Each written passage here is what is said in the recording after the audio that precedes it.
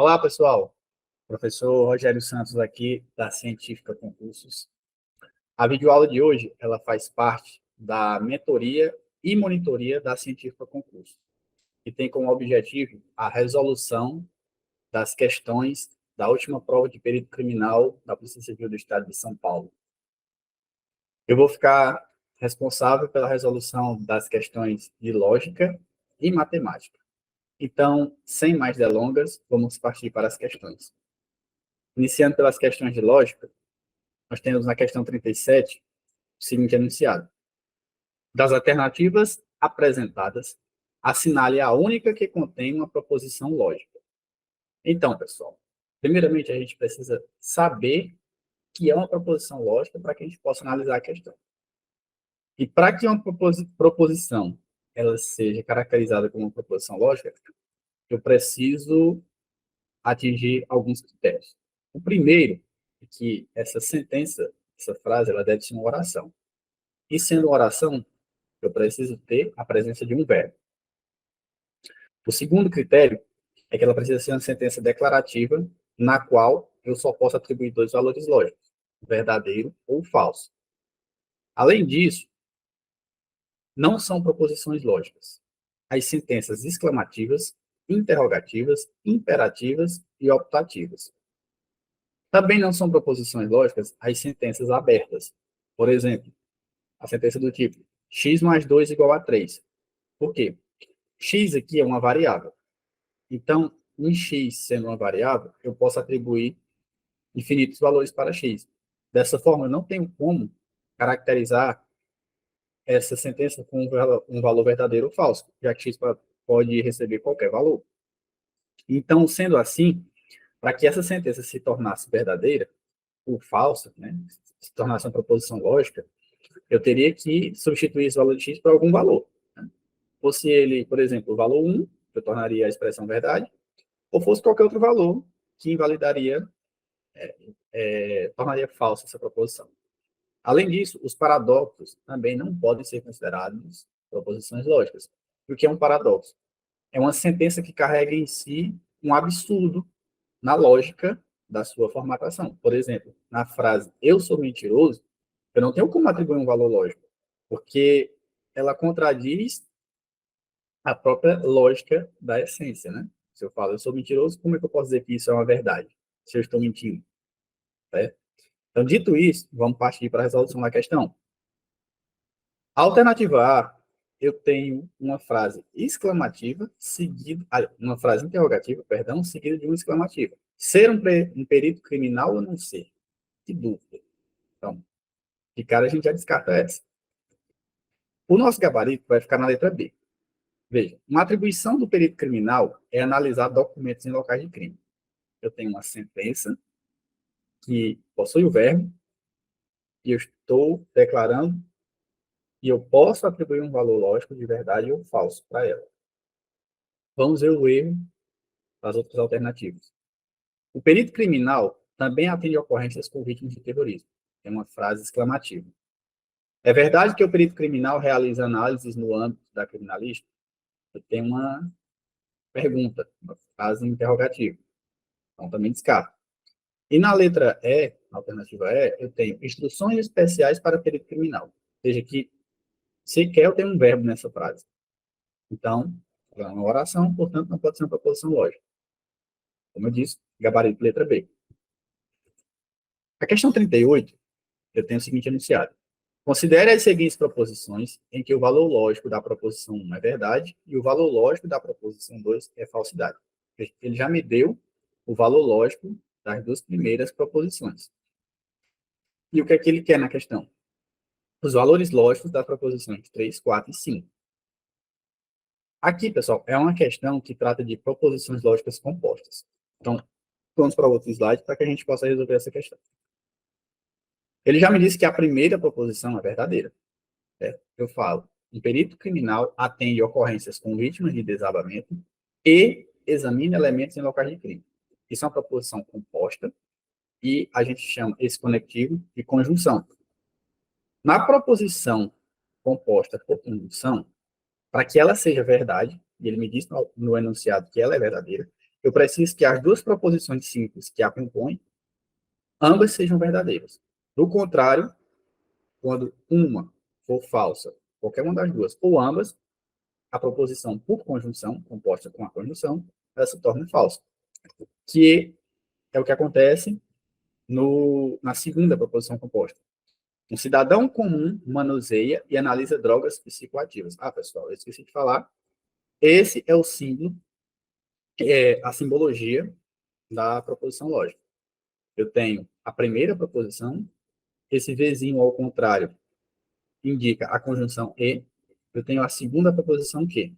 A gente atribui letras para as proposições, simbolicamente. Então, P e V e Q, nesse caso, precisam ser verdadeiras. No caso 2, basta que apenas uma delas seja falsa. Aqui eu não tenho como estabelecer qual das duas é falsa, ou se ambas são falsas, mas ele já me disse que é falsa. Para a resolução da questão, isso não vai importar. Certo? Um cidadão comum manuseia e analisa drogas psicoativas. Também uma conjunção. A terceira proposição composta é a chamada proposição condicional. Se um cidadão comum manuseia e analisa drogas psicoativas, então um perito criminal examina elementos em locais de crime. Ele simplesmente pegou as proposições já dadas anteriormente e formulou uma outra proposição, que a gente chama de a condicional, que é dada pelo se então, e a simbologia é essa. Veja, ele pegou a proposição 2, que é chamada de antecedente, aqui, nessa proposição condicional, e pegou uma das proposições simples do item 1, colocou como consequente. Veja, a gente sabe que essa proposição inicial, antecedente, ela é falsa. E a gente sabe que essa segunda proposição, aqui, né, em período que examina elementos em lugar de crime, ela é verdadeira. Na proposição condicional, o que é que acontece? Quando eu tenho a primeira como falsa e o antecedente, e o consequente, né, como verdadeiro, a proposição condicional ela é dada como verdadeira. O único caso em que eu vou ter a proposição condicional como falsa é quando o antecedente é verdadeiro e o consequente é falso. Então, pelos valores lógicos, eu já consegui atribuir que o item 3 é verdadeiro. A proposição 4 diz o seguinte: um perito criminal atende ocorrências com vítimas de desabamento se e somente se um cidadão comum manuseia e analisa drogas psicoativas. Eu chamo essa proposição de bicondicional, quando eu tenho o se e somente se. Veja, simbolicamente, ela é apresentada dessa forma, essas duas setinhas. E veja, ele está sempre pegando as proposições que já foram dadas no item 1 e 2. Então, a proposição P, ela é verdadeira. A proposição composta R e S, ela é falsa. Na proposição bicondicional, para que elas tenham o valor lógico verdadeiro, precisa acontecer uma das duas coisas. Ou ambas precisam ser verdadeiras, ou ambas precisam ser falsas. Do contrário, a proposição tem valor lógico falso. Eu já sei que P é verdade. Um perito criminal atende ocorrências com vítimas de desabamento. E eu sei que um cidadão comum manuseia e analisa drogas psicoativas é falso, do item 2. Portanto, essa proposição bicondicional tem valor falso. Por fim, eu tenho o item 5. Um perito criminal atende ocorrências com vítimas de desabamento ou examina elementos em locais de crime. Aqui eu tenho a chamada proposição lógica disjuntiva inclusiva, que é simbolicamente apresentada dessa forma, o ou por um Vzinho, certo? Então, eu tenho a proposição P, um perito criminal atende ocorrências com vítimas de desabamento, eu já sei que é verdade, o item 1, e tenho que examinar elementos em locais de crime, pelo perito criminal, também é verdade. Na proposição disjuntiva inclusiva, eu só preciso que um dos elementos seja verdade para que a proposição tenha valor lógico verdadeiro. Ela só vai ter um valor falso quando ambas as proposições que a compõem têm valor falso. Nesse caso, como ambas têm valor verdadeiro, eu só precisaria de um apenas, o valor lógico da proposição é verdade. Então, como ficou o nosso gabarito? Vamos lá. Verdade, falso e verdade. Logo, letra E. Questão 39. Considere a seguinte afirmação. O local do crime não foi violado e o exame pericial foi realizado. Veja, aqui eu tenho uma conjunção. A gente já viu. O conectivo E. Ele agora quer o quê? Na questão. Uma negação lógica para essa afirmação está contida na alternativa. Então, aqui a gente está tratando de negação da proposição. Quando a gente tem a proposição lógica da conjunção, a gente vai utilizar para negá-la a primeira lei de Morgan, certo? E como é que eu faço a negação da conjunção? Eu nego as duas proposições que a compõem, ou seja, duas proposições simples, e troco o conectivo e pelo conectivo ou, a disjunção, certo? Mas perceba, na primeira proposição simples, eu tenho que o local do crime não foi violado. Eu já tenho o advérbio de negação não. Para negar uma negação, basta que eu tire o advérbio de negação. Certo? Então, como é que ficaria? O local do crime foi violado. Agora eu troco o conectivo e pela disjunção, né? Ou, e nego a segunda proposição. O exame pericial não foi realizado. Assim sendo, das alternativas, a que a gente tem que bate com o nosso gabarito é a letra D. O local do crime foi violado ou o exame pericial não foi realizado. Prosseguindo, pessoal. Questão 40. Vamos lá. Eu tenho as seguintes proposições. Se Clóvis é perito criminal, então ele porta arma e dirige viatura. Então, lembrando, a gente tem aqui uma condicional, o se então. Eu tenho outras duas proposições simples, que não são compostas. Clóvis porta arma, Clóvis não dirige viatura. Então, a gente vai analisar essas proposições, né, e concluir o que ele pede. Né? O que é que eu posso concluir a partir disso? Vamos lá. Ele mandou o enunciado que eu considero todas as três proposições como verdade. Dessa forma, pessoal, o que é que eu tenho? Vamos lá. Se Clóvis é perito criminal, então ele porta arma e dirige viatura. Aqui está a simbologia. Veja que o consequente é uma proposição composta também, tá? Conjunção. E para que ela seja verdade, lembremos, tanto o Q como o R, né, as duas proposições aqui precisam ser verdade. Certo? Vamos lá. Clóvis porta arma. Proposição simples. Ela faz parte da primeira proposição composta. Tá aqui, ó. Ele porta arma. Então, Clóvis porta arma, que é verdade. Então, já sei que esse aqui é verdadeiro. Clóvis tinha que ser verdadeiro, né? Porque uma conjunção aqui tinha que ser verdade. Clóvis não dirige viatura. Veja, a negação da proposição que ele dirige viatura. Então, o não é verdade. Então, o que, é que a gente tem aqui, pessoal? Como nessa primeira é do se então, eu tenho que é verdade e R é falso, por que R é falso? Porque o não R é que é verdade. Clóvis não dirige viatura é que é verdade. Então, dizer que ele dirige viatura, o valor lógico dessa proposição é falsidade, ou seja, é a negação. E já viu que para negar, uma negação simplesmente basta tirar o advérbio. Então, Clóvis dirigir viatura é falso. Dessa forma, essa conjunção, ela se torna falsa. E, como eu falei na questão anterior, o único modo de você tornar uma condicional falsa é ter o antecedente verdadeiro e o consequente falso. Mas ele está me dizendo, no enunciado, que essa proposição condicional ela é verdadeira. Portanto, se ela é verdadeira, o valor de P tem que ser falso. Porque se ele fosse verdade, eu chegaria na única forma em que a condicional se torna falsa, né? Que é o visu VFF, Vera Fischer falsa, a gente chama na raciocínio lógico. Então, para que ela seja verdade, ambas aqui, proposições que acompanham, precisam ser falsas. Então, dessa forma, a gente chega na análise das alternativas. Vamos lá. Letra A. Conclui corretamente que Clóvis não é perito criminal. Ora, ele fala, se Clóvis é perito criminal, ele está afirmando, e a gente já viu que aqui P é falso, ou seja, Clóvis não é perito criminal. A gente já chegou no nosso gabarito. Mas vamos analisar as outras alternativas. Clóvis não é policial civil.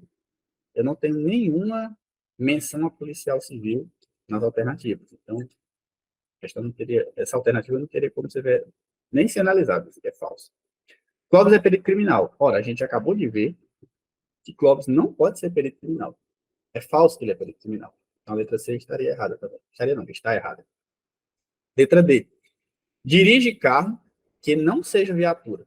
Ora, a única menção que eu tenho é que ele não dirige viatura. Mas ele não fala nas alternativas, nas proposições, que ele não dirige um carro que não seja viatura. Então, não posso concluir isso. É policial civil. Como eu já falei, não tem menção sobre ser policial civil ou não. Então, a gente já viu, já aplicaram o nosso gabarito letra A. Questão 41. Sabe-se que, em determinada região, os policiais civis são funcionários públicos, todo perito criminal é policial civil. Pessoal, sempre que vocês virem essa palavra todo aqui, é uma forma de se colocar uma proposição lógica. Todo, algum, nenhum, né? Também são expressões utilizadas para transformar uma sentença em proposição lógica. Então, essa questão aqui, ela trata de diagramas lógicos. O que a gente vai fazer? Vamos analisar a primeira proposição. Os policiais civis são funcionários públicos. Ou seja, eu tenho um conjunto dentro de outro. Quer dizer, todo policial civil é funcionário público. Então, eu tenho os funcionários públicos e dentro dos funcionários públicos, eu tenho os policiais civis. Certo? A segunda proposição lógica me diz o seguinte: todo perito criminal é policial civil. Isso quer dizer que, dentro do universo dos policiais civis, eu tenho o universo dos peritos criminais. Ou seja, eu tenho o conjunto perito criminal dentro do conjunto policial civil, que está dentro do conjunto funcionário público. Certo? Então, a partir disso agora, depois de montado o diagrama, a gente consegue analisar as alternativas. A letra A fala, os peritos criminais são funcionários públicos?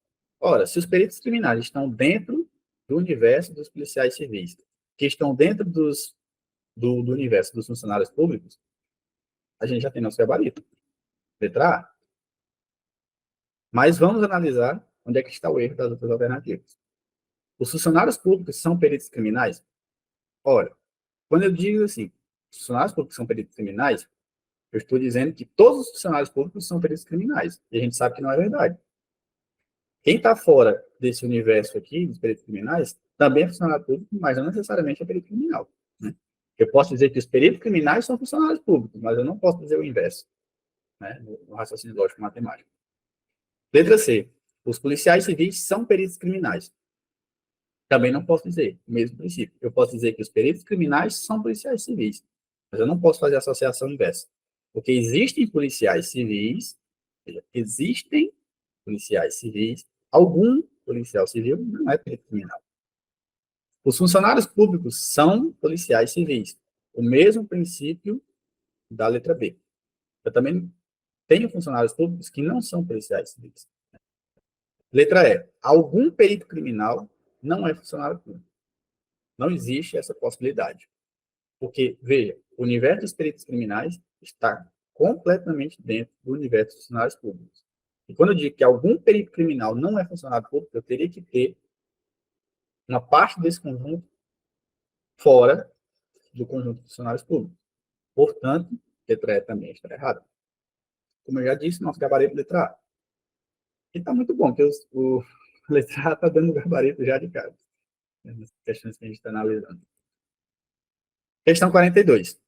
Considere a afirmativa. Se André tirou uma nota na prova pré-angular, então ele fará a prova de aptidão psicológica. Temos novamente aqui uma condicional. Mas o que a questão pede? Contém uma equivalente da afirmativa apresentada à alternativa. Então, aqui está tratando de equivalência lógica. Então, equivalência lógica significa eu pegar uma expressão que é exatamente equivalente, ou seja, tem o mesmo valor lógico da que eu estou analisando.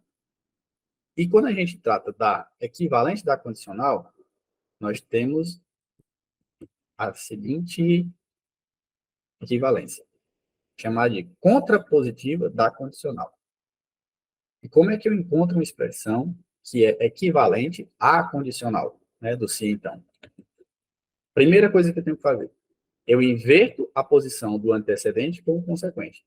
Quem está no se vai passar para o então, quem está no então vai passar para o se. Então, nessa frase, se André tirou uma nota na prova preambular, que é meu antecedente, ele vai se tornar o consequente. Ele fará a prova de aptidão psicológica, que é meu consequente, se tornará o meu antecedente. Então, eu vou ter o seguinte passo, é o próximo. Eu nego ambos os termos da condicional. Então, eu inverto o antecedente com o consequente e nego ambos os termos. Simbolicamente, eu tenho isso. Se P, então, Q é equivalente a não Q, se não Q, então não P. Certo? Colocando no papel, como que ficaria?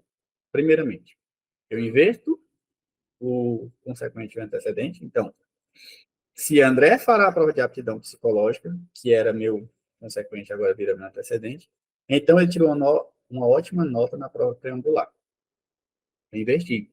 O segundo passo agora é negar um dos termos. Então, se André não fará a prova de aptidão psicológica, então ele não tirou uma ótima nota na prova triangular. Dessa forma, qual a alternativa que eu tenho para o meu gabarito? Eu tenho o gabarito na letra E. Exatamente como está na letra E. Então, quando eu tenho uma questão que trata de equivalência lógica e trata da condicional, do se então, para que eu faça essa equivalência, ou seja, uma expressão que é equivalente, possui o mesmo valor lógico, eu inverto o termo antecedente com o consequente e nego ambos. E ela é chamada de contrapositiva da condicional. Contrapositiva justamente porque contra, eu troco e inverto as posições. E agora a gente vai para a última questão da prova de lógica. Tem o seguinte enunciado. Para desafiar a polícia, um criminoso deixou 3 pistas, A, B e C, não identificadas, uma em cada envelope, diferenciados apenas pelas cores laranja, rosa e verde. Não era possível ver o interior de cada envelope, e não se sabia qual pista estava em qual deles. O tal criminoso também deixou uma carta informando que a abertura correta dos envelopes, com as pistas A, B e C, nessa ordem, levaria a polícia a encontrar um cadáver. E para essa abertura correta, registrou 3 informações e deixou claro que apenas uma delas era verdadeira. Vamos analisar que tem muita informação nesse enunciado. Tais informações são: no envelope rosa está a pista C. Segunda informação, no envelope verde não está a pista A. Terceira informação, no envelope laranja não está a pista C. Então, com base nas informações, a ordem correta das cores para a abertura dos envelopes que contém, respectivamente, as pistas A, B e C é. Então, vamos lá. Ele dá 3 pistas. O enunciado me diz que apenas uma delas é verdade, ou seja, outras 2 são falsas. E ele quer saber qual é a ordem das cores que ele colocou as pistas A, B e C. E eu tenho as cores que ele já me disse, são laranja, rosa e verde. Então, a gente vai analisar agora cada uma dessas proposições e vamos chegar, né, no gabarito. Vamos lá. Para resolver essa questão, o que a gente faz? Lembrar essa informação, que ele me disse que uma é verdade e 2 são falsas. O valor lógico das proposições. Eu coloco aqui as 3 proposições e vou colocar aqui as cores dos 3 envelopes que ele me deu. Certo? Então, como é que a gente resolve essa questão? Vamos supor, inicialmente, que essa primeira proposição é verdade. Certo? No envelope rosa está a pista C. Então, vamos supor que ela seja verdadeira. Agora, a gente vai analisar a terceira proposição, porque ela fala também da pista C. Vamos lá. No envelope laranja, não está a pista C. Ora, se eu estou considerando que a primeira proposição é verdade, que diz que o envelope C está na pista rosa, essa terceira proposição, dizendo que ele não está no laranja, também é verdadeira. E assim sendo, eu não posso considerar que essa primeira é verdade, mas porque aí eu estaria tendo duas proposições de verdade. Mas o enunciado me diz que só uma delas é verdade. Portanto, pessoal, eu já sei que essa primeira não pode ser verdade. Dessa forma, ela só pode ser falsa. E em ela sendo falsa, eu já sei que no envelope rosa não está a pista C. Já que a primeira afirma que ele está que a pista C está no envelope rosa. Eu já concluí que ela é falsa. Então, C não pode estar no rosa. Só me sobrou a pista C, o verde e o laranja. Vamos continuar analisando a proposição 3. Vamos supor que ela seja verdade. No envelope laranja, não está a pista C. Correto? Agora vamos analisar a proposição 2. Ou seja, se C não está no laranja, ele teria que estar no rosa. Aliás, no verde, perdão. No envelope verde, não está a pista A. Ora, pessoal, se a proposição 3 for verdade, a 2 também é verdade. Por quê? Porque ele está me dizendo que no envelope laranja não está a pista C. Eu já sei que C não está no rosa, então C só poderia estar no verde. E a proposição 2 me diz que no verde não está a pista A, ou seja, ele está confirmando que a pista C estaria no verde. Isso não é verdade. Então, dessa forma, eu já sei que C também não pode estar no verde. Então, o que é que eu tenho? Que a proposição 3 é falsa. Ora, se é falso que no envelope laranja não está a pista C, eu estou afirmando que no envelope laranja não está a pista C. E eu já sei que essa proposição é falsa, só me resta saber que a pista C está no envelope laranja. Certo? Então, outra coisa. O enunciado me diz que apenas uma das proposições é verdade. Então, se a primeira é falsa e a terceira é falsa, a 2, obviamente, tem que ser verdade. Né? Para que possa estar de acordo com o enunciado.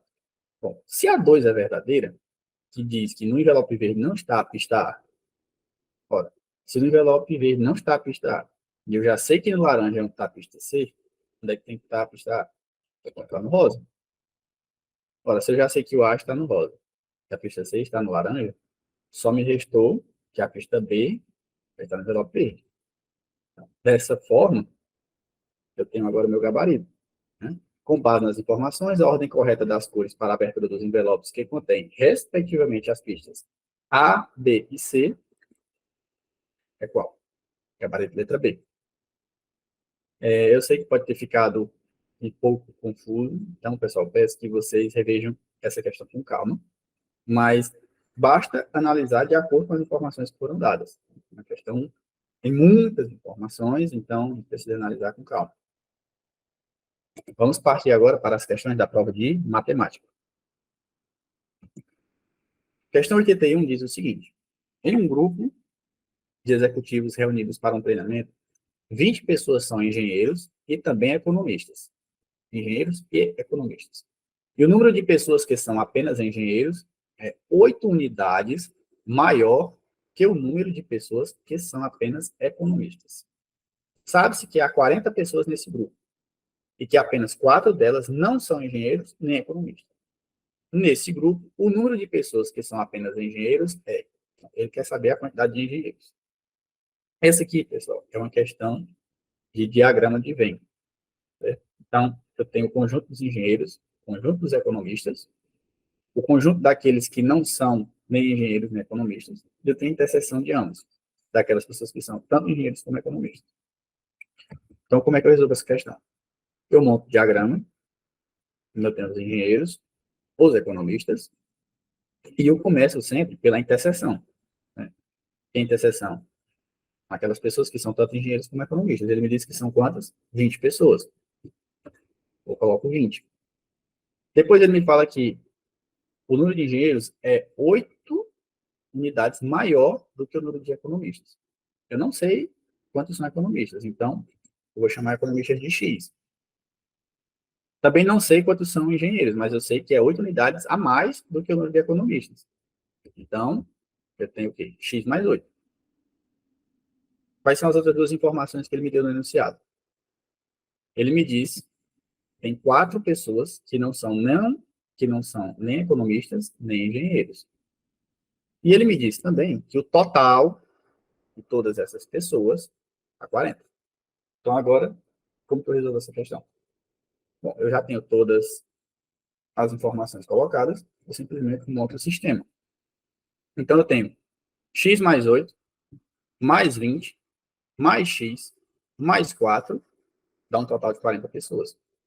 Dessa forma, eu tenho que x mais x dá 2x, eu isolo a variável de um lado e as constantes do outro.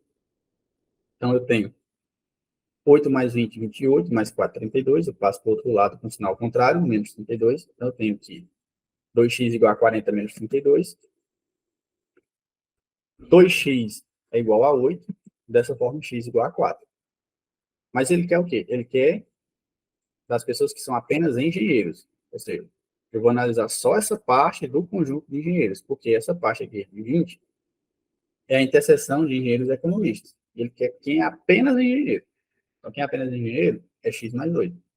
Se x é 4, os engenheiros, esse aqui, 4 mais 8, 12. Então, nosso gabarito ficou letra B. Na questão 82, pessoal, eu tenho o seguinte enunciado. A figura cujas medidas indicadas estão em metros representa uma piscina. Veja, eu tenho aqui a indicação na figura, né? Representa uma piscina, vista do alto, a visão de cima. Ela tem a forma de um prisma quadrangular, quadrado. E sua profundidade uniforme é igual a 1,5 m. Ao seu redor, há um piso que ocupa uma área de 192 metros quadrados. Então, eu tenho aqui a piscina, e esse piso aqui de cinza é o piso que ele me deu essa área de 192 metros quadrados. Agora, o que ele quer no enunciado, como resposta? A capacidade total dessa piscina em metros cúbicos, ou seja, ele quer o volume. O volume, pessoal, é multiplicar a área pela profundidade. Então, eu vou ter que achar a área dessa piscina, essa área aqui branquinha, e multiplicar pela profundidade que ele me deu, para que eu encontre o volume dessa piscina. Então, como que eu faço? Para que eu descubra a área dessa piscina, eu preciso descobrir o quê? O valor de x, né? Porque essa parte aqui da base, essa parte da altura, tem exatamente esse comprimento de x. Então, como que eu vou fazer? Claro, como eu disse, a primeira coisa que ele quer saber é o volume. O volume é a base, vezes a altura, que dá a área, vezes a profundidade. Então, o volume é o quê? X vezes x, dá x ao quadrado. Eu coloquei aqui o mais, mas é um vezes, pessoal. Peço perdão. Certo? E aqui, pessoal, como que eu vou resolver para descobrir esse valor de x? Olha, eu sei aqui, pelo desenho, que eu tenho 3 aqui nessa extensão da base, tenho 3 aqui nessa extensão da altura. Veja, eu tenho formo um quadrado aqui, que eu tenho esse valor de base e esse valor de altura. Portanto, a área desse quadradinho vermelho, ela é o quê? 3 vezes 3, que dá o quê? 9 metros quadrados. Só que esse quadradinho vermelho, ele se repete nos outros 3 cantos. Ou seja, a área desses 4 quadradinhos vermelhos vai ser o quê? 4 vezes 9, que dá 36. Né? 36 metros quadrados. Sempre se lembra de colocar a unidade, que ele nem colocou nas alternativas, mas é bom a gente lembrar qual unidade que a gente está tratando, porque às vezes ele dá o valor em centímetros, que é a resposta em metros, então eu não coloquei, mas é bom atentar a esse quesito. Bom, o que é que me sobrou aqui? A área aqui que eu delimitei por esse retângulo amarelo. A área desse retângulo amarelo, eu calculo de que forma? Base vezes altura. Então, x vezes 3. Então, a área do retângulo amarelo, x vezes 3, 3x. Só que eu tenho mais 3 retângulos amarelos. Então, qual vai ser a área desse equivalente a esses 4 retângulos amarelos? 4 vezes 3x, que dá 12x. Então, agora, o que é que eu faço? Eu tenho todas essas áreas, e ele me disse no enunciado que ela vale 192 metros quadrados, né? Essa área ao redor, esse piso, é de 192 metros quadrados. Então, o que é que eu vou fazer? A área ao redor, 192 metros quadrados, eu vou somar a área dos quadradinhos vermelhos com os retângulos amarelos. A área dos quadrados vermelhos é 36 metros quadrados. A área dos retângulos amarelos, 12x. Isso aqui é igual a 192 metros quadrados. Então, eu resolvo essa expressão, isolo a variável, passo 36 para o outro lado, troco o sinal. Eu tenho que 12x é igual a 156. Dessa forma, eu tenho que x vale 13. Né? Então, agora eu consigo achar meu volume. Por quê? Ele quer o volume da piscina, essa parte aqui.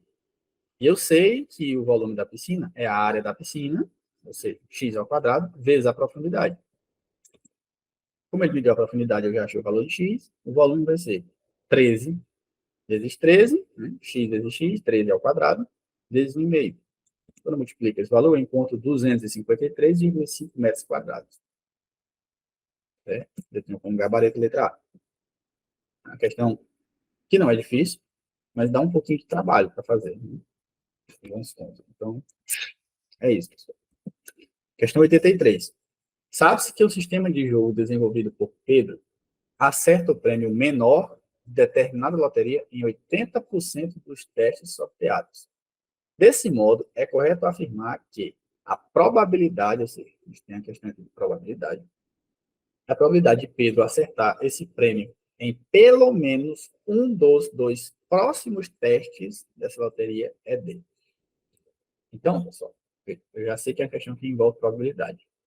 E quando ele fala em pelo menos um dos 2 próximos testes, isso quer dizer que eu tenho o equivalente a dizer em um ou outro. Né? Pode ser acertar no primeiro, pode acertar no segundo. Então, quando eu tenho essa configuração na expressão, eu estou trabalhando com a união de 2 eventos. Então, eu tenho o evento A, vou chamar Pedro acertar esse prêmio no primeiro teste, e tem o evento B, né? O segundo evento, Pedro acertar esse prêmio no segundo teste. Então, a probabilidade de acertar em pelo menos um dos 2 testes é o quê? É a probabilidade, como eu já falei, da união de 2 eventos. E essa probabilidade da união de 2 eventos, ela é dada pela seguinte expressão. Tem uma fórmula para calcular essa probabilidade. É dada pelo quê? A probabilidade da união de A com B é exatamente igual à probabilidade do evento A acontecer, mais a probabilidade do evento B acontecer, menos a interseção, né, que é a simbologia, do evento A com B. Certo? Como que eu resolvo? Ele já me disse que a probabilidade desse evento acontecer, né, ou seja, acertar o prêmio, é de 80%. Certo? Então, Pedro acertar no primeiro teste, a probabilidade de A é o que? 0,8, que é equivalente a 80%. A probabilidade de B também é 80%. E a probabilidade da interseção é a multiplicação entre essas duas probabilidades do evento. Por quê? Porque aqui eu tenho eventos que são independentes. Ou seja, o que é que isso quer dizer? Para que B ocorra, eu não dependo do resultado de A. Então, quando isso acontece, a fórmula da interseção, né, de 2 eventos é a multiplicação da probabilidade entre eles. Certo? Então, eu vou ter o quê? 0,8 mais 0,8 dá 1,6, e 0,8 vezes 0,8 dá 0,64. Quando eu subtraio esse valor, eu obtenho 0,96, que é igual a 96%. Então, eu posso afirmar que a interseção de A com B é igual a probabilidade de A multiplicado por B, porque como eu falei, eles são acontecimentos independentes, ou seja, o evento A acontecer, ele não depende de B. E quando é que isso é diferente? Quando eu tenho eventos que são mutuamente exclusivos, pessoal. Por exemplo, eu vou jogar uma moeda. E essa moeda, ela só pode me dar dois resultados, cara ou coroa. Mas se ela der cara, ela não tem como dar coroa. Então, veja, aqui eu tenho eventos que são mutuamente exclusivos. Então, dessa forma, essa equação, essa parte da fórmula aqui mudaria se no enunciado eu estivesse tratando desse tipo de evento. Então, como aqui eu estou falando de acertar um prêmio, né, esse evento B aqui, ele independe do evento A. Pode acertar no A, pode acertar no B. Então, um evento não depende da ocorrência do outro para que ocorra. Então, aqui eu já tenho o gabarito, letra B. Questão 84. A média aritmética, você já está falando a questão de média aritmética, das alturas de um grupo de 20 atletas de uma equipe esportiva é de 1,89 m. Se a altura média dos atletas de menor estatura, ou seja, até 1,90 m, estabeleceu, é igual a 1,85 m, primeira informação, ou seja, a média dos atletas que medem menos de 1,90 m é 1,85 m. E a média, a altura média dos atletas de maior estatura, ou seja, aqueles que medem acima de 90, dá 1,95 m. Então, o número de atletas dessa equipe com alturas superiores a 1,90 eu quero saber quantos atletas medem mais de 1,90. Então, aqui eu tenho uma questão de média aritmética e tem uma questão que eu vou elaborar um sistema, porque eu tenho duas variáveis. Eu tenho a variável dos atletas que medem menos de 1,90 e eu tenho a quantidade de atletas que medem mais de 1,90. Eu chamei de A e B para resolver. Certo? Ele me deu a informação que a soma dessas duas dá 20 atletas, né? E logo no início, eu tenho 20 atletas. Então, assim sendo, pessoal, eu já vou aqui isolar, né, eu tenho essa expressão, eu já vou colocar uma em função da outra, né? O A em função do B. Se eu tenho que A mais B igual a 20, eu posso dizer que A igual a 20 menos B. Porque eu vou ter que montar um sistema para resolver essa questão. Outra coisa que ele me disse que se eu somar todas as alturas, né, ele me disse que, o que é que eu faço? Que a média desses 20 atletas é 1,89. Então, para mim saber quanto que mede somando todas essas alturas, basta que eu multiplique 20 por 1,89. Eu vou ter o quê? 37,8 metros. É a soma de todas as alturas desses 20 atletas. Então, o que é que eu sei? Eu sei que a soma dos atletas de menor estatura, que eu chamei de A, a quantidade, vai ser igual ao quê? A 1,85, que é a média deles, vezes A. A mesma coisa que eu fiz aqui para o total, né? Somando todos. Agora eu quero saber só dos que medem menos de 1,90. Ele me disse que a média é 1,85. E eu chamei essa quantidade de A. Eu arbitrei a variável A. Então, a soma é 1,85.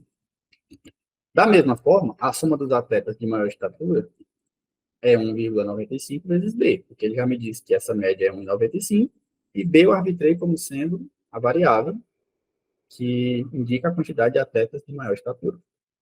Então, agora, pessoal, eu consigo montar o sistema. Né? Como que eu faço? Eu substituo agora A, onde tem A, por essa expressão. Ora, eu sei que se eu somar 1,85A mais 1,95B, eu vou ter 37,8. Porque 37,8 é a soma de todas as alturas. 1,85A é a soma, né, dos atletas de menor estatura, da altura dos atletas de menor estatura. E 1,95B é a soma dos atletas de maior estatura. Isso tem que ser igual à soma total.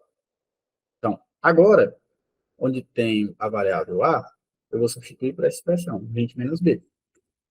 Dessa forma, eu obtenho que 1,85 vezes 20 dá 37, 1,85 vezes menos B, menos 1,85B, repito o resto da expressão, e obtenho o seguinte, menos 1,85B mais 1,95B, eu passo esse 37 para o outro lado, depois vai com sinal negativo, então o que é que eu vou obter? Que 0,1B é igual a 0,8. Dessa forma, B vale quanto? 8. Que é exatamente o que ele quer como resposta. Ele quer o número de atletas, ou seja, a quantidade de atletas, que tem altura superior a 1,90. Foi por isso que aqui eu já isolei o A, né? Coloquei o A em função do B, para que eu pudesse substituir aqui nessa forma. Então, meu gabarito, letra C. Então, essa questão, pessoal, sempre que envolver mais de uma variável, eu vou trabalhar com sistemas. Tá? Então, aqui eu tenho conhecimento sobre média aritmética e tenho conhecimento sobre montagem de sistemas, né? Sistemas de primeiro grau. Tranquilo. Questão 85. Em um instituto responsável por aferições quantitativas, um técnico colocou 17 pesos referenciais em uma prateleira, ordenados em ordem crescente de massas. Se a massa de cada peso ordenado na prateleira difere dos adjacentes em 5 gramas, ou seja, cada peso que ele vai colocando em ordem, o antecedente para o consequente difere de um para outro em 5 gramas, isso em ordem crescente. E se a massa do mais leve, ou seja, do primeiro, corresponde a 1/5 da massa do mais pesado, ou seja, primeiro vale o mais pesado dividido por 5. Então, a massa do maior peso referencial colocado nessa prateleira é igual a, então, aqui em gramas, certo? Então, o que é que eu tenho aqui, pessoal? Eu tenho uma questão de progressão aritmética.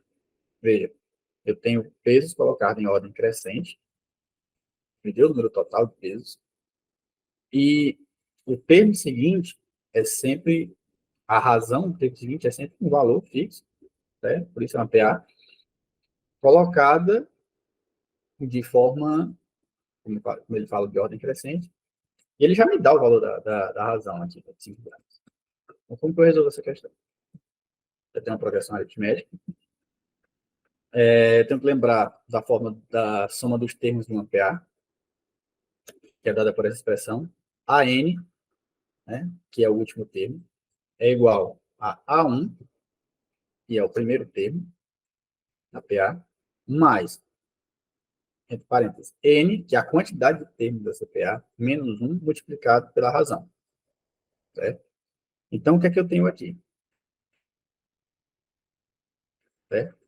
Que é justamente o que ele quer descobrir, que é a massa do maior peso referencial, ou seja, o último termo. A1, eu não sei quem é também, mas ele me disse que vale o quê? A massa dele vale o último peso dividido por 5, ou seja, 1/5 da massa do mais pesado. O número de termos, ele me disse que são 17, 17 pesos. E a razão ele me deu, que são 5 gramas. Então, basta que eu substitua na fórmula da soma dos termos de um PA, eu vou encontrar a resposta. Então, o que é que eu tenho? Aqui eu monto a expressão, então eu tenho que AN é igual a N sobre 5 mais 17 menos 1 multiplicado por 5. Então, tudo que é variável eu coloco de um lado, né, e são números constantes eu coloco do outro. Então, eu trago esse AN menos 5 para cá. 17 menos 1 dá 16, eu tenho 16, primeiro resolvo que está dentro do parênteses, multiplicado por 5. Então, AN menos AN sobre 5, né, quando eu faço o resultado dessa operação, eu vou obter 4N, 4/5 de N, certo? Aqui, pessoal, é porque eu já passei esse 5 para o outro lado. Então, 16 vezes 5 dá 80, né? 4/5 de N igual a 80, eu passo 5 para o outro lado, então eu tenho que 4AN é igual a 8 vezes 5. 4AN igual a 400. AN, 400 sobre 4, AN igual a 100. Ou seja, quem é AN? É o enésimo termo, ou seja, o último termo da PA. Nesse caso, o mais pesado, e eu tenho como gabarito a letra F, 100. Então, questão de progressão aritmética, geralmente, basta que a gente lembre, infelizmente tem que lembrar dessas fórmulas, né? Dessas fórmulas pré-estabelecidas, mas aqui bastava lembrar da fórmula e aplicar os termos que já foram dados no enunciado. Questão 86, né? Trata de área de polígonos. Um determinado espaço será decorado com duas pequenas telas retangulares, né? Ele aqui mostra que a figura está fora de escala, né? Que tem um quadrado, né? Isso manda a gente considerar que seja um retângulo. Aí B, cujas dimensões em centímetros estão indicadas nas figuras. Centímetros. Sabendo-se que ambas as telas têm perímetro igual a 120 centímetros, expressão que ele deu,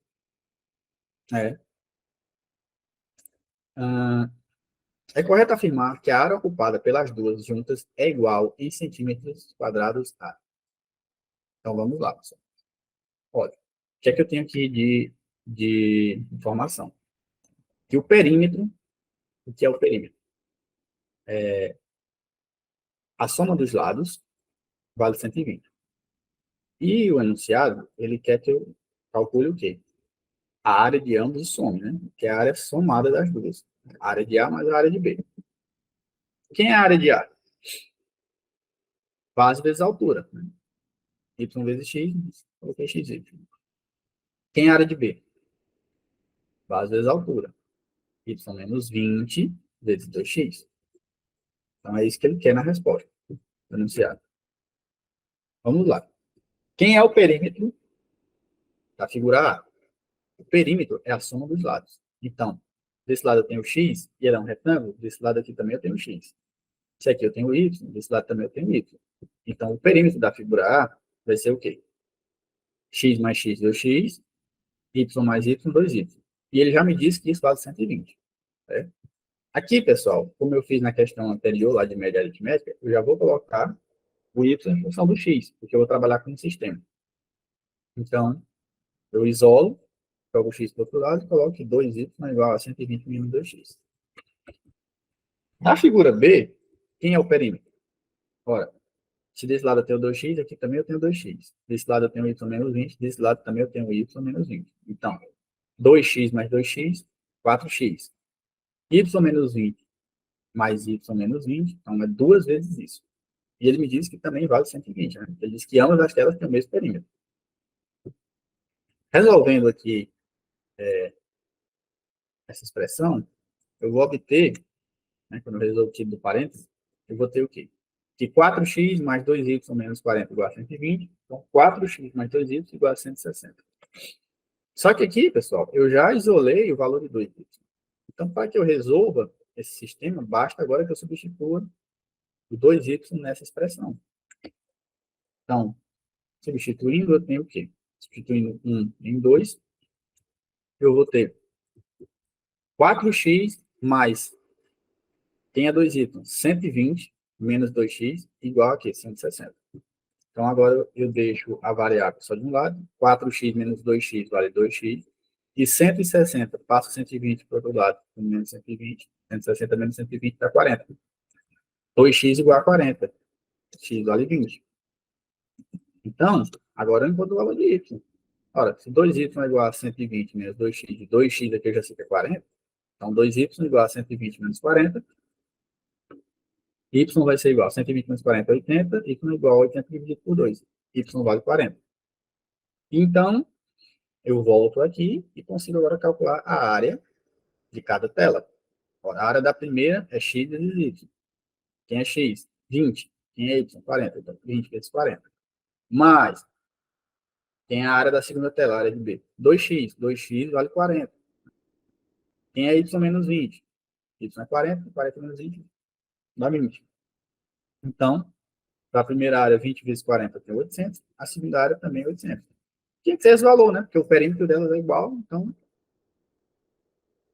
eu encontrei a soma dessas áreas, dessas telas, que é justamente o que ele me pede. Quanto é 800 mais 800? Eu tenho que a área de A mais B vale 1.600 centímetros quadrados. Esse gabarito está na letra D. Agora, pessoal, vamos para a questão 87. Um quadrilátero ABCD, representado num sistema de coordenadas cartesianas ortogonais, foi dividido em duas regiões triangulares, S1 e S2, pelo segmento conforme mostra a figura. Dado o ponto A com as coordenadas 0 e menos 1, e o ponto C com as coordenadas 4 e 5, né? pode-se afirmar que a distância em UC, unidades coordenadas, unidade de comprimento, perdão, entre os pontos A e C, ou seja, aqui, é igual a. Quer saber quanto é que vale essa distância. Então, aqui, pessoal, a gente tem uma questão de álgebra. Quando nós temos duas coordenadas, para calcular a distância entre elas, a gente usa essa seguinte fórmula, que a distância de A para C, nesse caso, é igual à diferença, a soma das diferenças elevadas ao quadrado de cada coordenada referente ao ponto. Então, eu tenho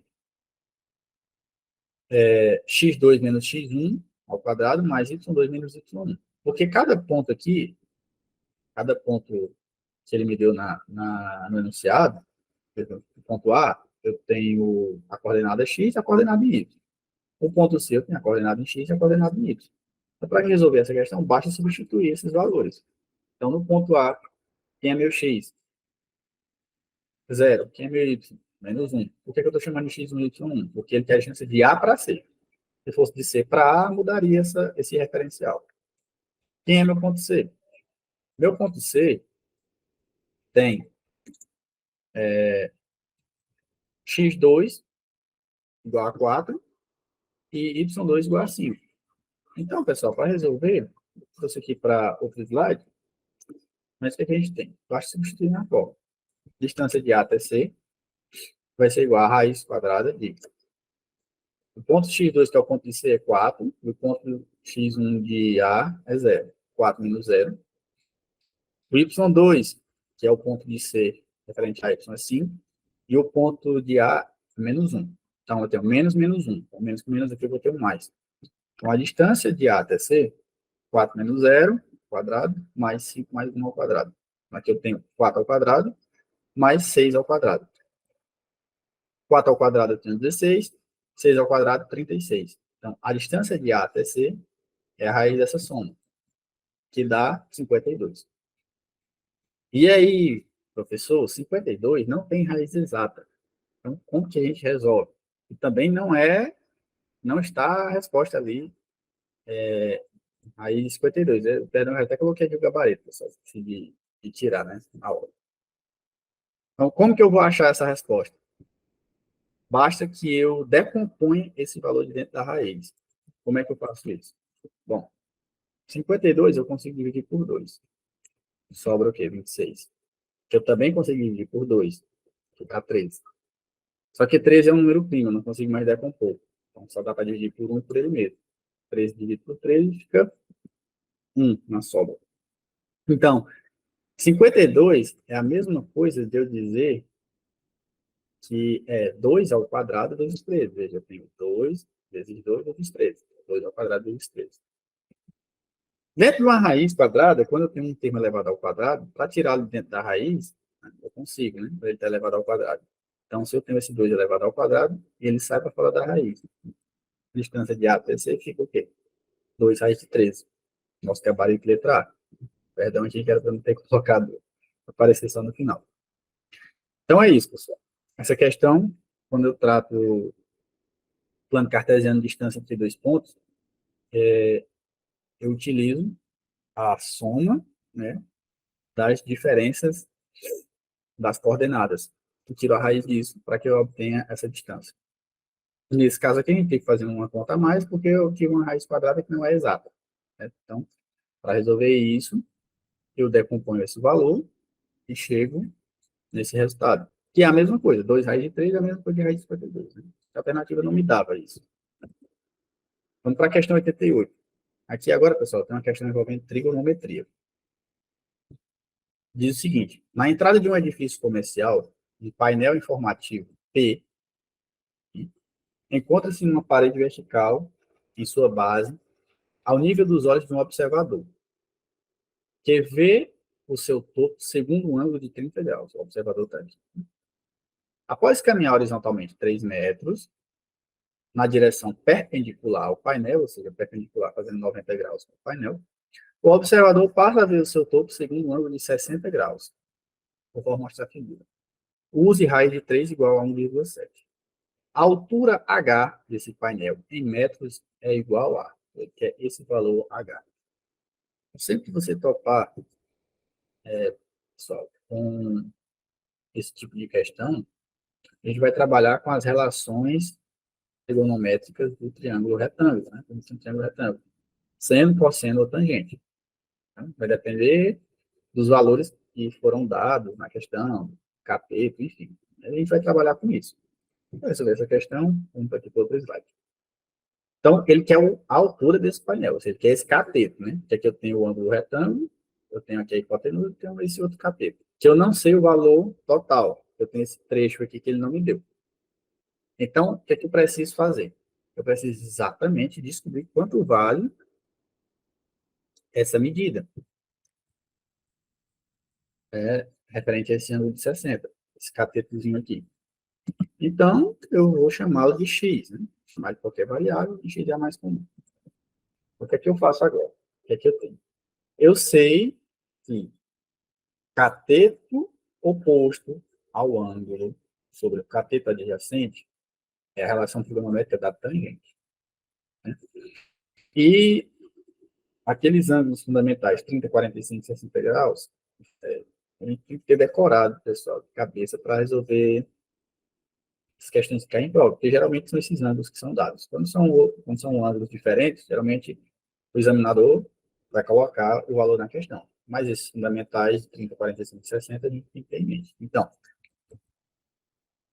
H sobre X, ou seja, cateto oposto ao ângulo sobre cateto adjacente, que é esse trecho, é igual a tangente de 60. Mas quem é a tangente de 60?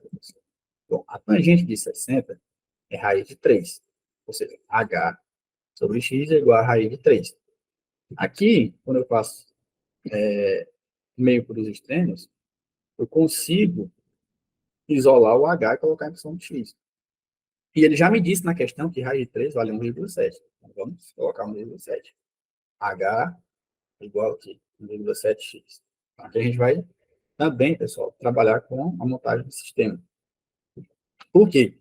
Porque agora, veja, esse 3 mais esse x formam esse outro cateto. E o H permanece aqui. Então, eu tenho esse outro triângulo maior. Cateto oposto ao ângulo de 30, que também é H. Sobre o cateto adjacente, que é o quê? 3 mais x, é igual a tangente de 30. Tem uma segunda expressão. H sobre 3 mais x igual a tangente de 30. A tangente de 30, pessoal, vale raiz de 3 sobre 3. Né? E ele já me disse, no enunciado, que é para me considerar a raiz de 3 como 1,7. Aqui, na primeira expressão, eu isolei o valor de H. Então, H tem 1,7x. Então, eu vou substituir aqui. Então, H é 1,7x sobre 3 mais x igual a tangente de 30. Raiz de 3, 1,7 sobre 3. Aqui, pessoal, o que é que eu consigo fazer? Eu vou simplificar o termo aqui de cima, porque eu tenho aqui o quê? Que não foi na hora, infelizmente. Então, eu tenho aqui, ó, 1,7 desse lado e 1,7 desse, então eu consigo simplificar, certo? Para a gente não trabalhar com tantos números. Então, aqui fica só x e aqui fica 1. Agora, eu faço o quê? Meio para os extremos, certo? Então, 3 vezes x igual a 3 mais x vezes aqui só sobrou 1, né? Eu simplifiquei 1,7. Então, fica 3 mais x. Agora, eu isolo a variável. 3x menos x igual a 3. 3x menos x dá 2x igual a 3. Então, x é igual a quê? 3 sobre 2, que dá 1,5. Agora, ele quer o quê na resposta? O valor da altura h. E h está em função do x. Então, basta que eu substitua o valor de x na expressão que tem h. Então, h é o quê? A de 3x, que é 1,7x. Então, 1,7 vezes 1,5. Quando eu faço essa multiplicação, eu obtenho um valor para h de 2,55. Nosso gabarito, letra C. Então, pessoal, só recapitulando rapidinho, quando eu tenho questões que envolvem triângulo, retângulo, geralmente eu vou trabalhar com as relações trigonométricas da tangente do seno e do cosseno. Como eu falei, essas relações trigonométricas fundamentais dos ângulos de 30, 45, 60, a gente precisa ter em mente. O examinador dificilmente vai colocar na prova. certo? E aí, geralmente também a gente vai trabalhar com a montagem de sistemas. São duas variáveis. Aqui eu tinha a altura e esse outro trecho. Então, para que eu descubra o valor de uma e da outra, eu preciso colocar uma em função da outra. Arrumar um jeito de fazer isso. Questão 89.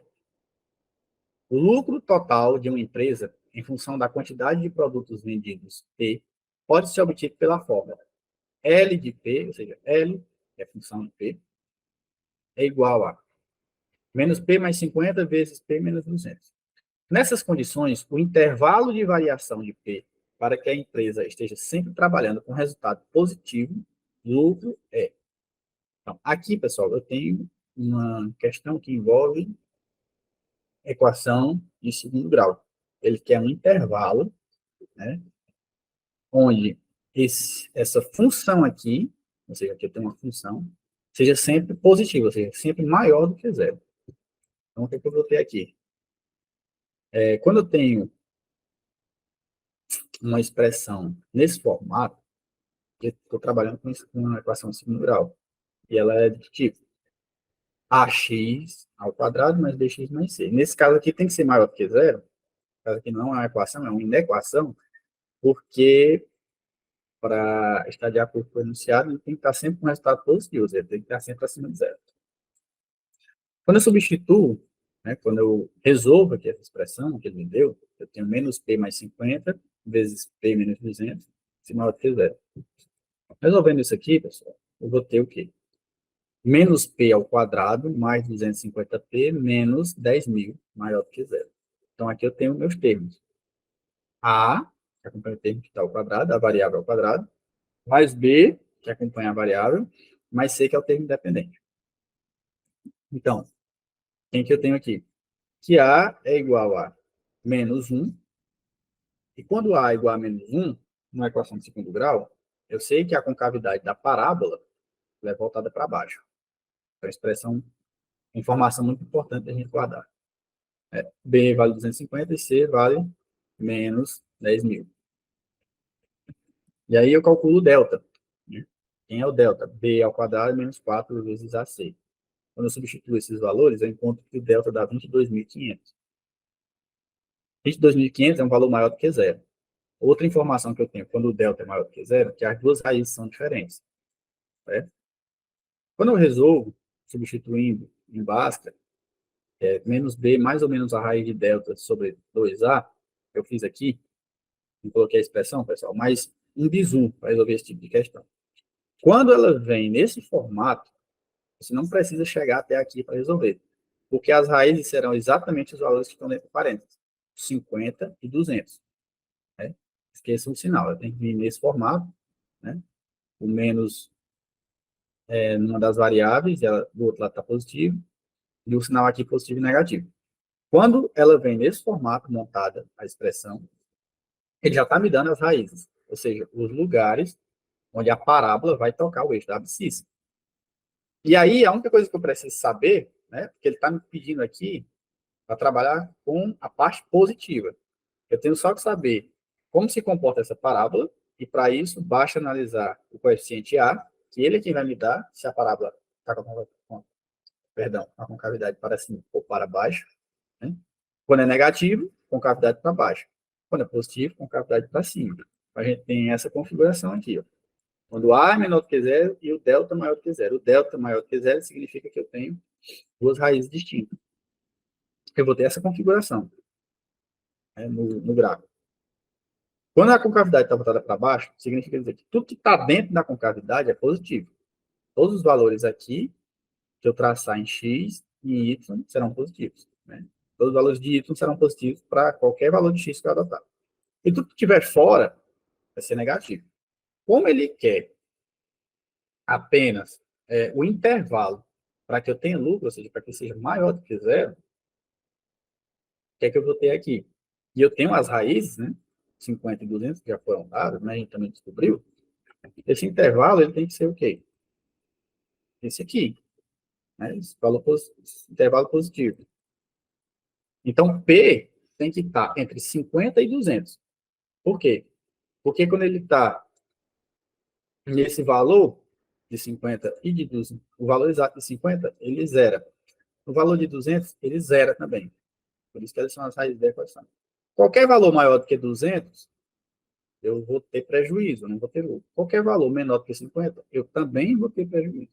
Como ele quer somente o intervalo em que eu tenho lucro, eu vou ter o quê?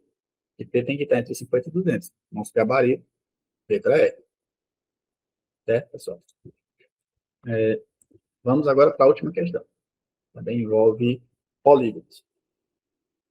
Na figura, o losango PQRS, cuja diagonal maior mede 24 centímetros, tem perímetro igual a 52 centímetros e está inscrito no paralelogramo. Então, tem o paralelogramo aqui ABCD e tenho o losango PQRS.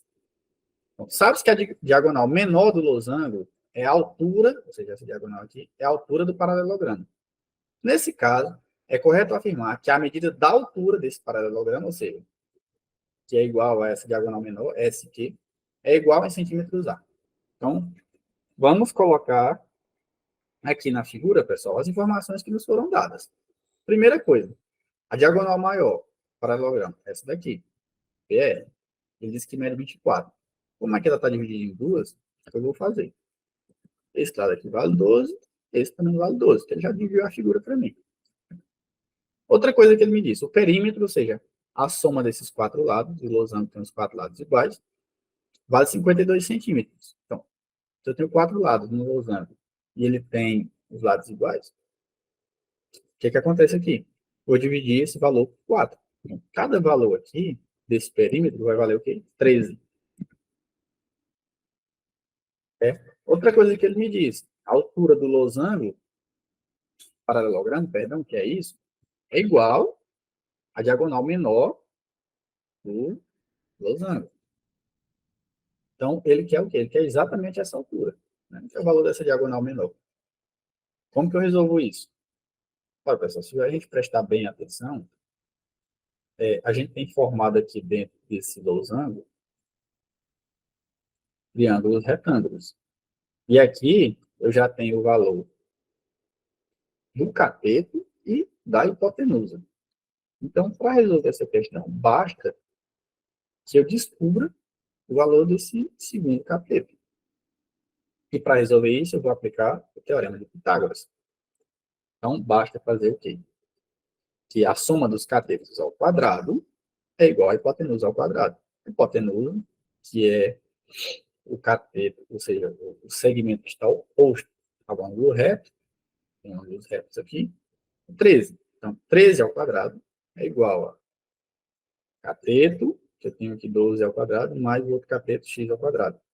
Então, eu descubro que o valor de x é o que? Tenho aqui 169 igual a 144 mais x ao quadrado, x ao quadrado igual a 25, x é igual a 5.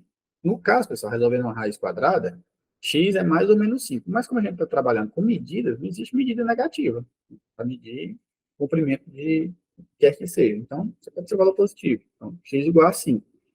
Se x mede 5, e x é exatamente metade da altura do paralelogramo, que é metade também da diagonal menor do losango, então, a altura vai ser o quê? 2 vezes x, que vai ser igual a 10 centímetros. Nosso gabarito, letra B. Tranquilo, pessoal? Então, é isso. Obrigado. Mais uma vez, eu sou o professor Rogério Santos, mestre em Engenharia Mecânica, professor do Científico Concurso das disciplinas de Engenharia Mecânica, Lógica, Matemática. Também sou perito criminal do Estado do Rio Grande do Norte. E eu espero que vocês tenham compreendido a resolução dessas questões. Assistam novamente quando puderem, assista pausando o vídeo, resolvendo. E é isso. Muito obrigado. Olá, pessoal, tudo bem? Eu sou o Ayrton, sou professor de contabilidade aqui na Científica Concursos e vamos hoje fazer a correção da prova da Polícia Civil de São Paulo, do cargo de perito. Questão 91. A finalidade da contabilidade é assegurar o controle do patrimônio administrado e fornecer informações sobre a composição e as variações patrimoniais, bem como o resultado das atividades econômicas desenvolvidas. Analise a seguinte frase. A contabilidade é a ciência que estuda, registra, controla e interpreta os fatos ocorridos no patrimônio das com fins lucrativos ou não. E aí você tem que completar essa lacuna. Basicamente, essa é a definição que veio do Congresso, do primeiro Congresso de Contabilidade, ocorrido em 1924.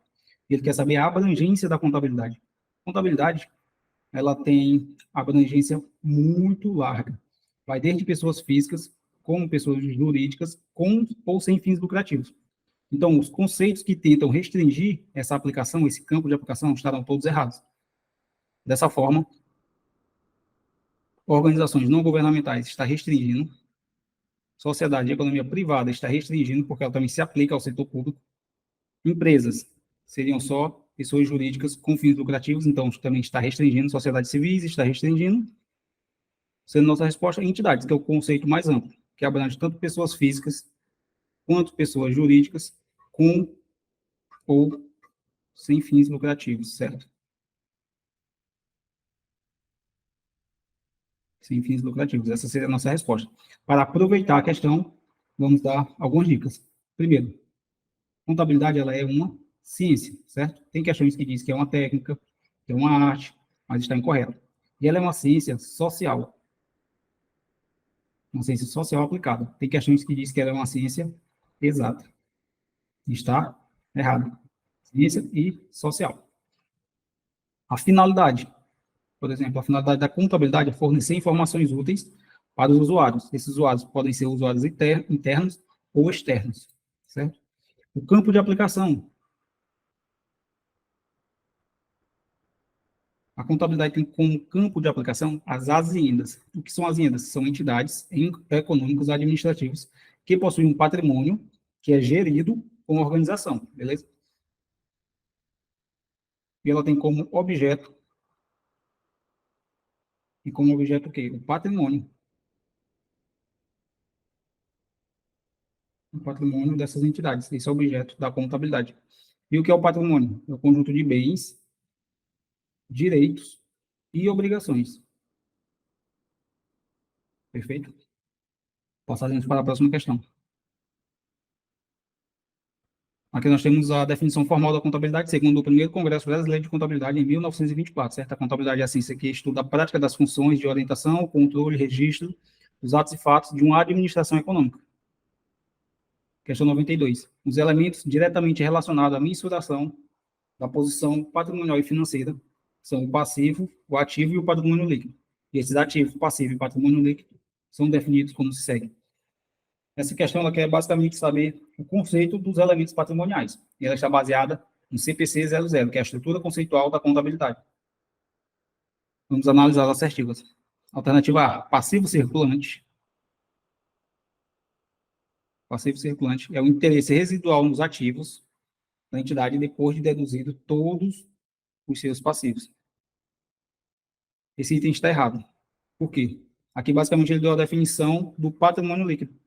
Como nós vimos no nosso roteiro de estudo, temos a equação patrimonial, e ela é patrimônio líquido é igual a ativo menos o passivo. Por consequência, a B já está errada, já está incorreta. Ela diz o seguinte: patrimônio líquido é um recurso controlado pela entidade, pela sociedade de economia privada, está restringindo, como vimos na questão anterior, não pode restringir, como resultado de eventos passados e do qual se espera que fluam futuros benefícios econômicos. Item incorreto também. Letra C. Passivo é uma obrigação presente da entidade, certo? Uma obrigação presente da entidade, derivada de eventos passados, aqui está tudo ok, cuja liquidação resulte na saída de recursos da entidade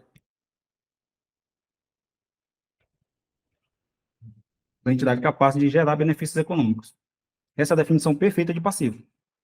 Passivo é, sim, uma obrigação presente, derivada de eventos passados, cuja liquidação se espera que resulte na saída de recursos da entidade capaz de gerar futuros benefícios econômicos. Letra D. Consequência D já está incorreta, certo? Mas veremos do que ela trata. Passivo seria um recurso controlado pela sociedade, como resultado de eventos passados, e do qual se espera que fluam futuros benefícios econômicos para a sociedade. Essa seria a definição de ativo. Ativo que é um recurso controlado pela entidade, como resultado de eventos passados, do qual se espera que fluam futuros benefícios econômicos. Por consequência, a letra está errada, porque o ativo não é uma obrigação presente, como vimos, da empresa, derivada de eventos passados, cuja liquidação se espera que resulte na saída de recursos econômicos capazes de gerar benefícios econômicos. Aqui seria o conceito de passivo, como nós vimos na alternativa C. Perfeito? Trouxe aqui também a definição, para vocês verem. Definições dos elementos patrimoniais. Ativo é um recurso controlado pela entidade como resultado de eventos passados, do qual se espera que fluam futuros benefícios econômicos para a entidade. Passivo é uma obrigação presente, derivada de eventos passados, cuja liquidação se espera que resulte na saída de recursos de entidade capaz de gerar benefícios econômicos. Patrimônio líquido é o interesse residual nos ativos da entidade depois de deduzido todos os seus passivos. Questão 93. Ela pede o valor do ativo da companhia SOB. Uma questão mais de classificação de contas. Inclusive, a Vunesp gosta bastante. Ela elenca algumas contas e pede alguma coisa. Pede o ativo, pede o passivo, pede o patrimônio líquido, ou só o ativo circulante, ou só o passivo circulante, certo? Mas o que ela vem cobrando agora em 2023 é a apuração do resultado, certo? Vai te dar contas lá patrimoniais de resultado, você vai classificar e no final vai apurar o resultado da entidade. Vamos ver o que ela quer nesse. Ela quer o ativo e vamos procurar as contas. A companhia SOB limitada possui máquinas e equipamentos no valor de 30. Então, sabemos que máquinas e equipamentos é uma conta de ativo. Máquinas, 30. Contas a receber, na importância de 20.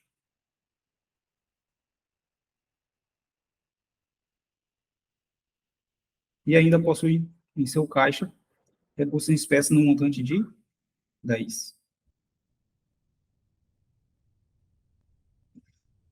10. Já a companhia desce, então pronto, as contas da companhia SOB são essas.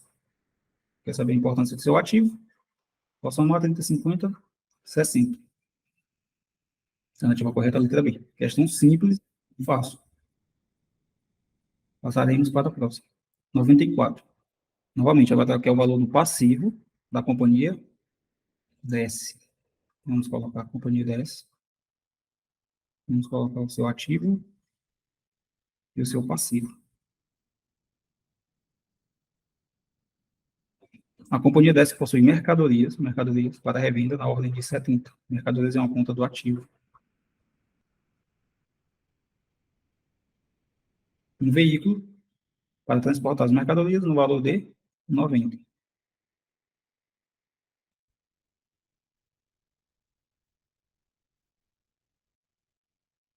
90. Possui também as seguintes dívidas: salários a pagar, importância de 40.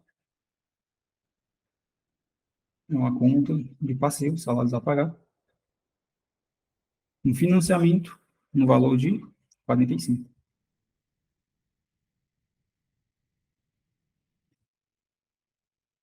E ela pede um passivo. Passivo só é salários a pagar e financiamentos, dá R$ 85. Próxima questão. Agora ela quer o patrimônio líquido, tanto da empresa sobe, quanto da empresa desce.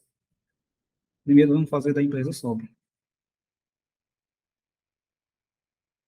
Nessa você deverá usar a equação patrimonial.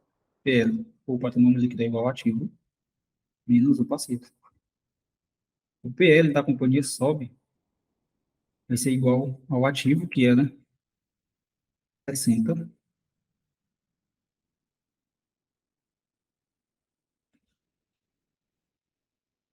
menos o passivo. A companhia sobe não tem passivos, só tem contas de ativo, então o passivo é igual a zero. Ficaríamos com o PL de 60. Dessa forma, poderíamos eliminar a alternativa C e a alternativa D.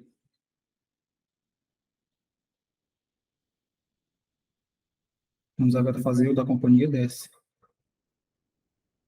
Patrimônio líquido é igual a ativo menos o passivo. Nós temos um ativo de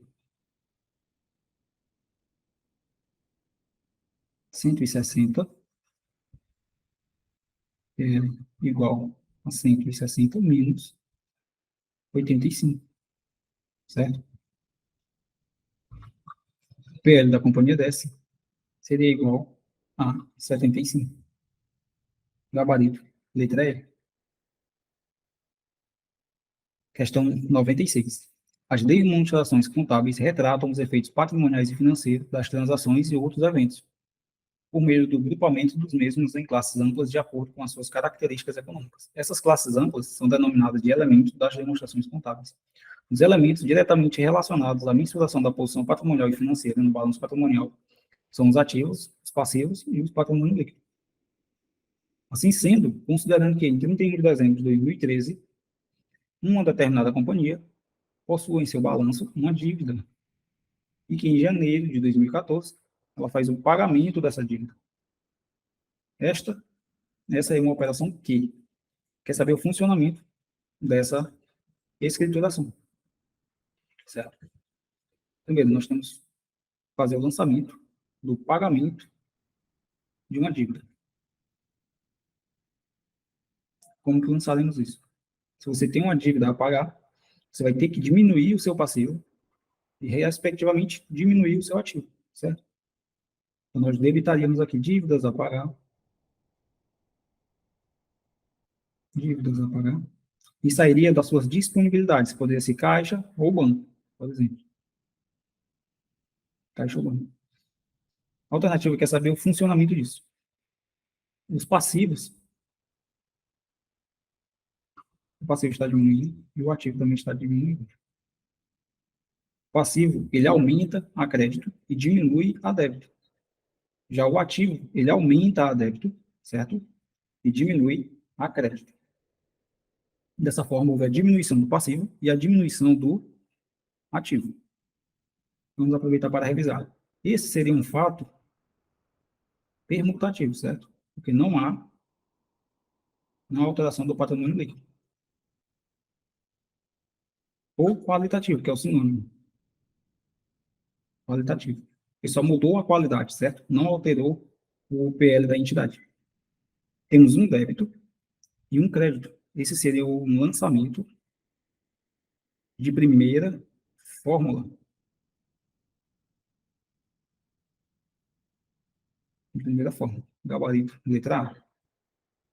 E temos aqui o quadrozinho das entradas e saídas. Devemos ter bastante atenção nas contas retificadoras. Retificadora do ativo. Ela tem natureza inversa às contas do ativo. Se o ativo ele aumenta a débito e diminui a crédito, a conta retificadora é o contrário. Aumentará a crédito e diminuirá a débito. Certo? Questão 97. A escrituração contábil deve ser realizada com observância aos princípios da contabilidade. O nível de detalhamento da escrituração contábil deve estar alinhado às necessidades de informação de seus usuários. O detalhamento dos registros contábeis é diretamente proporcional à complexidade das operações e dos requisitos de informações a ela aplicáveis. E, exceto nos casos em que uma autoridade reguladora assim o requeira, não deve necessariamente observar um padrão pré-definido. Contudo, a escrituração deve conter, no mínimo, além do valor do registro contábil, algumas coisas. Quais são os elementos essenciais de um lançamento? Um lançamento no diário, não esse lançamento que nós fizemos na questão anterior, certo? É dali para fins de prova. Lançamento no diário, os elementos essenciais. Nós temos o valor, temos o histórico, temos a conta debitada, a conta creditada, valor, conta histórico, conta debitada, conta creditada. Forma de pagamento não é um item da escrituração. Então, já poderíamos eliminar todos que têm forma de pagamento, certo? Ficaríamos assim com... Temos a data desse lançamento. Ficaríamos assim com letra C. Data, conta debitada, conta creditada e histórico, certo? E aqui eu trouxe os elementos essenciais do lançamentos contábeis. Deve conter, como vimos, data, histórico ou código. E esse código deve ser padronizado. Conta debitada, conta creditada, saldo, que é o valor, certo? Informações que possibilite a identificação de todos os registros de um mesmo lançamento de forma unívoca. Perfeito? Questão 98. As demonstrações contábeis são uma representação estruturada da posição patrimonial e financeira e de desempenho. O objetivo das demonstrações contábeis é o de proporcionar informação acerca da posição patrimonial, financeira e de desempenho. Para satisfazer esse objetivo, o conjunto completo das demonstrações contábeis, de acordo com a resolução do CFC 1185 de 2009, são, além do balanço patrimonial e das notas explicativas do período, quais são as demais. Aqui ele quer saber conjunto completo das demonstrações contábeis. E devemos ter em mente que, para a Lei 6.404, temos algumas demonstrações e para o CPC temos outras, que é muito maior, certo? O CPC 26, ele elenca o balanço patrimonial, a DRE, a DFC, a DVA, a DRA, certo? E a DMPL. E a DMPL. A Lei 6.404 elenca o balanço, a DRE, a DFC, a DVA e a DLPA. É isso que diferencia um do outro, certo? No CPC 26, ele prevê a DMPL, na Lei 6.404 de 76, a DLPA. Dessa forma, nosso gabarito seria demonstração do resultado do exercício tem, demonstração do resultado abrangente tem, demonstração das mutações do patrimônio líquido, demonstrações das origens dos recursos aplicados. Não existe essa, é a do A. Não existe mais essa demonstração. Demonstrações das mutações do patrimônio líquido, demonstrações dos lucros ou prejuízos acumulados, DLPA, é prevista apenas na Lei 6.404. Não estaria errado. Demonstração do resultado, demonstração do resultado abrangente, demonstração de lucros e prejuízos acumulados, demonstração das origens e aplicações de recursos. Não existe mais essa demonstração. Estaria errado. Letra D. Demonstração do resultado abrangente, demonstrações das mutações do patrimônio líquido, demonstrações dos fluxos de caixa, demonstração do valor adicionado. Perfeito. Essa seria a nossa resposta. Qual o erro da letra E?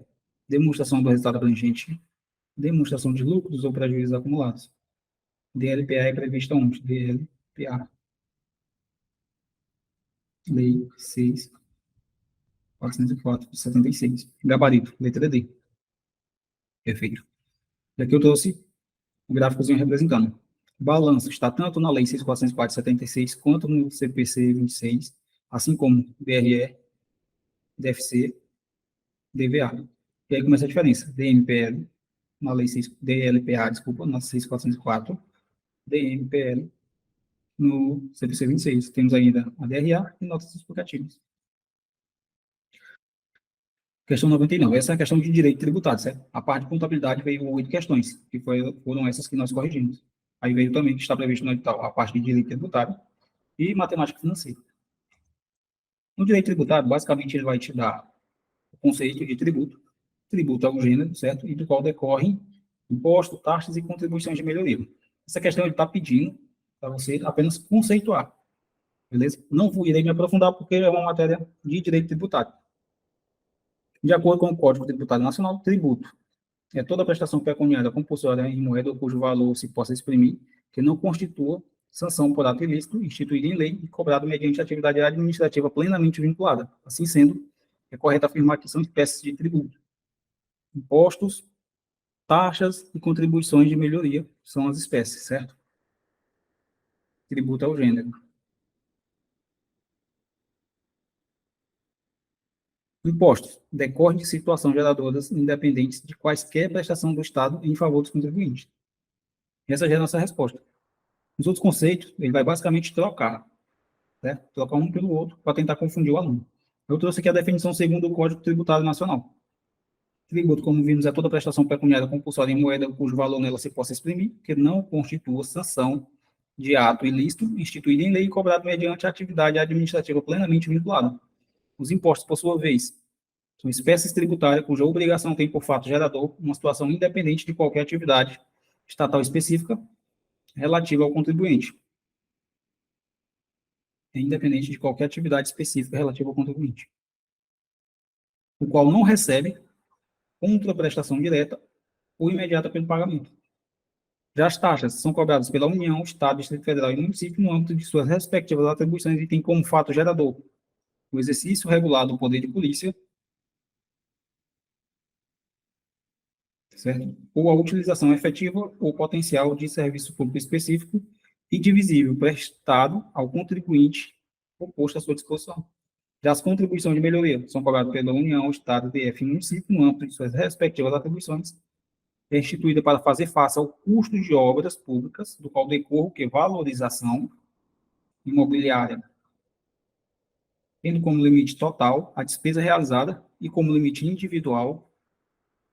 total e limite individual, o acréscimo de valor que da obra resultar para cada imóvel beneficiado. Perfeito? Última questão, já sobre matemática financeira. Foi investido em 16 de 9 de 2013, a importância de R$ 400 em uma aplicação financeira remunerada a taxa de juros simples de 57,60% ao ano. E o resgate estava previsto para ocorrer em 31 de 12 de 2013, considere para efeito de cálculo que os meses são de 30 dias. Assim sendo, é correto afirmar que o valor total do resgate foi. Ele quer saber o valor do resgate depois de ocorrer essa remuneração por juros simples. Primeiro, devemos saber a fórmula, certo? Do juros simples, que é montante igual ao capital vezes 1 mais a taxa, mais I, que é a taxa, vezes 1, que é o tempo. Certo? Segundo, ele está pedindo em meses e a questão te deu em anos. Temos que pegar os 57,60% e dividir por 12, que vai dar 4,8%. Terceiro, temos que saber o valor de N. Quanto tempo passou do 16 do 9 até 31 do 12?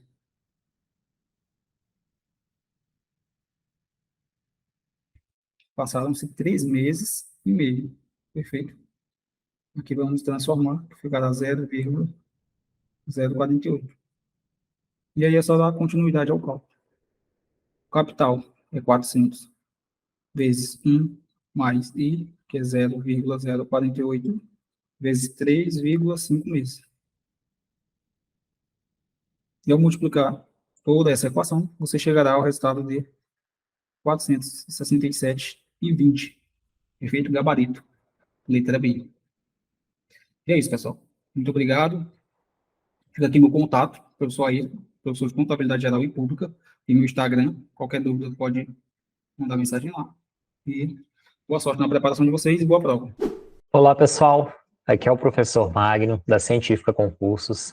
E eu vim aqui para poder mostrar as ferramentas que vocês terão aí à disposição na nossa mentoria e monitoria da Científica Concursos. Então, além dessa aula que vocês tiveram aqui com a correção da prova de perito da PCSP, quais que seriam as outras ferramentas que nós oferecemos? Primeiramente, vocês terão acesso a um planejamento individualizado de estudos. Nós temos uma plataforma que ela é bastante moderna e inteligente, onde que todos os tópicos do seu edital estarão organizados em metas de estudo, revisão e exercício. Então, diariamente, todos os dias, vocês terão acesso a metas diárias, onde você saberá exatamente o que você tem que estudar, qual tópico será estudado, ou quais os tópicos, qual você tem que revisar, qual você tem que fazer exercício, e assim por diante. Além disso, você terá acesso a um resumo de metas da semana, em que vocês podem ver quais metas vocês estão estudando naquela semana, e na semana seguinte, quais as metas que você terá que estudar. Também temos listas de questões por tópico, que são cadernos de questões criados na plataforma do Que Concursos. Então, clicando em um link, vocês terão acesso direto a esses cadernos de questões criados pelos nossos professores. Customização e mudança de planos. Se você for um aluno dos planos semestral e anual, você pode realizar a migração do seu plano para um outro, tá? Então, se passar a sua prova daquele edital que você estava estudando e quiser estudar para o outro, você vai conseguir realizar essa migração, ou caso você desista daquele edital, daquele concurso, você vai conseguir também realizar a migração para um outro plano nosso.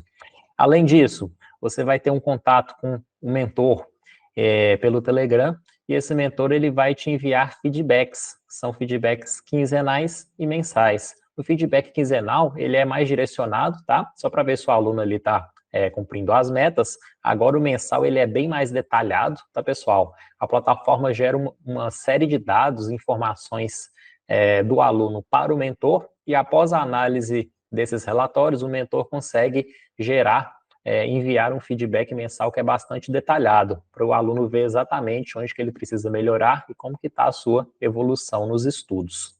Além disso, nós temos sugestões aí de fontes bibliográficas, muitas delas gratuitas, então nos roteiros de estudo e nos bisus você vai ter ali sugestões de por onde estudar.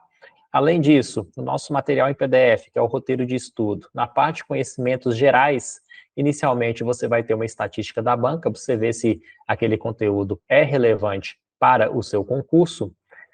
Também sugestões de fontes bibliográficas, como eu falei com vocês, formas de revisar, como estudar, como revisar aquele tópico, quais os aspectos que você tem que dominar daquele assunto. E na parte de conhecimentos específicos, nós temos o conteúdo esquematizado pelo nosso professor. Seria um material ali mais resumido e direcionado, em que você pode utilizá-lo como fonte de estudo, material base de estudo, né? Ou então utilizar esse material como material de revisão. Além disso, nós teremos encontros virtuais temáticos, como esses, mas vários encontros que são exclusivos para os alunos da mentoria, né? Que vocês terão videoaulas, aulas com os nossos professores de diversos assuntos. Todos os conteúdos, eles são gravados, então se o aluno não conseguiu assistir no dia, ele vai ter acesso posteriormente, aquele conteúdo vai estar salvo na plataforma, e também encontros aí para discutir pontos importantes do edital, dentre outros assuntos. Além disso, um fórum de dúvidas, que seria o nosso Tira Dúvidas, né, para a parte de conhecimentos específicos, que é Química, Física, Biologia, Criminalística. Além disso, vocês terão acesso a um grupo fechado no Telegram para ter contato com os outros mentores e os outros alunos, e também um suporte diário do nosso administrativo. Então é isso, pessoal. Essas são as principais ferramentas aí que nós oferecemos aqui na Científica Concursos. Se você se interessou, acesse a bio da Científica Concursos no Instagram, ou então você pode também acessar o site da Científica Concursos, que é cientificaconcursos.com.br, e lá você terá acesso a todas as informações das nossas ferramentas e planos para o seu estudo, ok? Então é isso, pessoal. Espero que vocês tenham gostado desse vídeo. Lembrem lá de se inscreverem no canal, deixarem um like nesse vídeo, para vocês, quero que vocês continuem tendo acesso a conteúdos desse tipo, ok? Então é isso, pessoal. Até o próximo vídeo e até mais. Tchau!